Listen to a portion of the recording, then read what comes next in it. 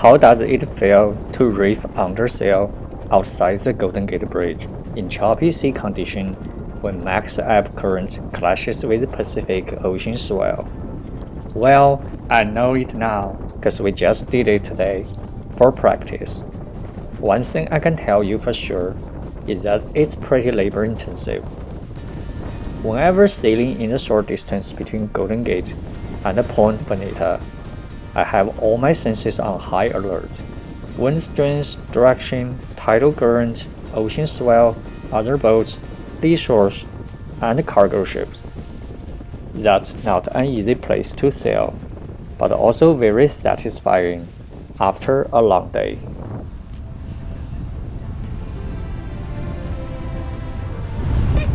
Captain Katie!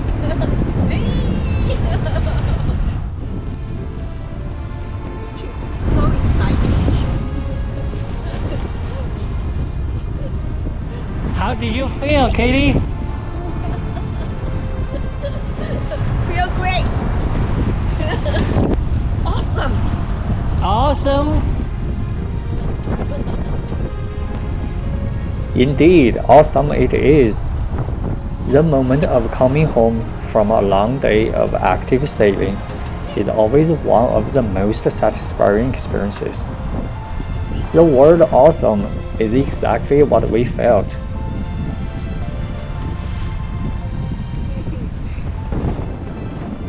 We spent most of the day outside Golden Gate, between the bridge and Point Bonita, where tidal current meets the Pacific Ocean swell. We practiced Heaving-to and reefed twice under sail, not out of necessity, but just take the opportunity to practice. On the way back, we received a warm welcome from fighter jets flying over the Golden Gate Bridge, and a boat overtaking us just flight through the water confirmed our suspicion that we could do much better in speed without the second reef. But still, it's worth having a good practice while we can. We were on beam ridge. We started to trim the sail and adjust the traveler, and do whatever we can without shaking out the reef. Then Katie started to reenact what she had learned today in a theatrical style.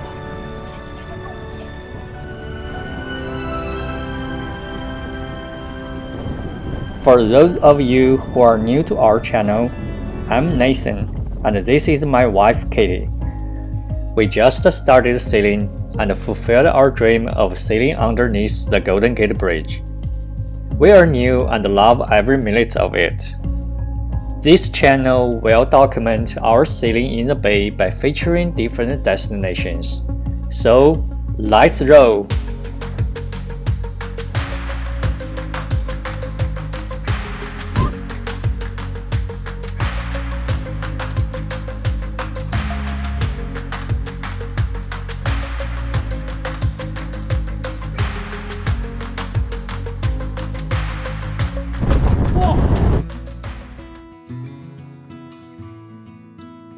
Today is actually a not so typical day sailing in the San Francisco Bay.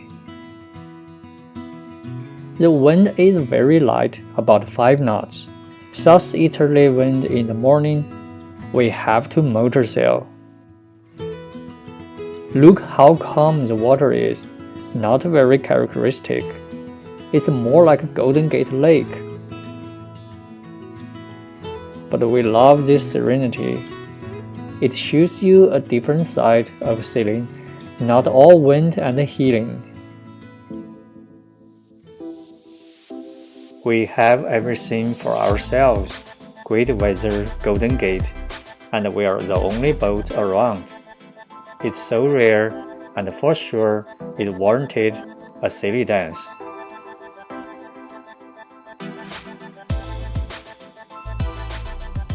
After outside Golden Gate, we hove to at Beneteau to have lunch. Different boats are different in terms of heaving-to techniques. Beneteau 31 is pretty easy. The same goes to Catalina 30 in our experience. I just do a tack without letting go the working jib sheet, so jib will be back-winded. I like to trim the jib really tight before heaving to, while at the same time Katie fully eased the main without touching the spreader, and I turned the wheel all the way to the windward. Then we fine-tuned the balance by adjusting the main and the wheel. Last, I tied a rolling hitch on the wheel so it can be hand-free. For some boats, you may need to reef the main to find the balance. A successful Heaving-to will leave the bow about 30 degrees off the wind and the boat drifting backwards to leeward, leaving a trail of slick water on the windward side that prevents coming wave from breaking on the boat. I forgot to record the drift water slick, and will do it next time. I normally heave to on starboard tack. That makes me stand on vessel like I did here. However, after analyzing the swell and the wind direction, I think port tack Heaving-to is much better at this moment. Here is why. Wind is southeasterly but most southerly wind with the ocean swell directly from the west. A starboard tack Heaving-to actually points about towards southeast like we have here, almost abeam to the swell with clear rolling motion. Granted, the swell is only 6 feet, no big deal. Hypothetically, if it's much bigger, a port tack Heaving-to points the bow towards southwest, 30 degrees off the wind and about 45 degrees to the wave.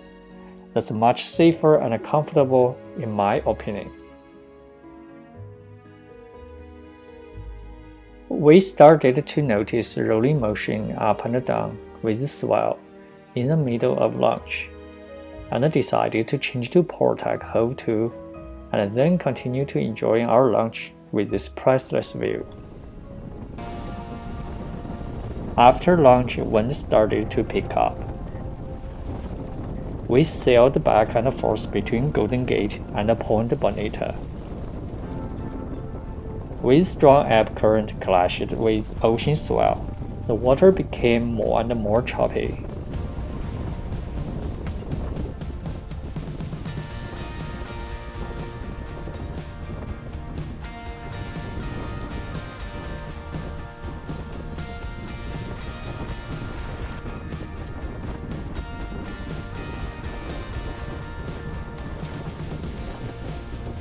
We decided this was a good time, place, and condition to practice reefing under sail. Katie was behind the wheel and pointed the bow to close hauled. I opened the halyard clutch and make sure it run free, then eased the main and boom van first, and got on deck. Wow, it's jumpy. Don't worry, there's Coast Guard boat conveniently nearby. We reefed twice, pretty much depleted all my energy, and the boat obviously lost most of its speed, since the wind is only around 10 to 15 knots.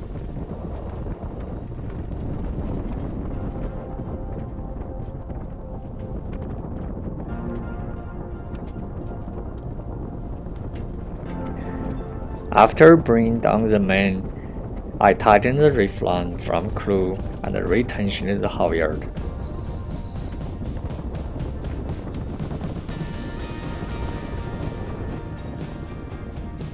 While we were celebrating our little achievement of a successfully reefing practice under sail, a boat flied by us. To be honest, we envied its speed and wished we didn't reef. On the way back home, we had our private air show over the Golden Gate Bridge. Overall, we learned a lot through on-the-water practice and further prepared ourselves towards sailing in the ocean.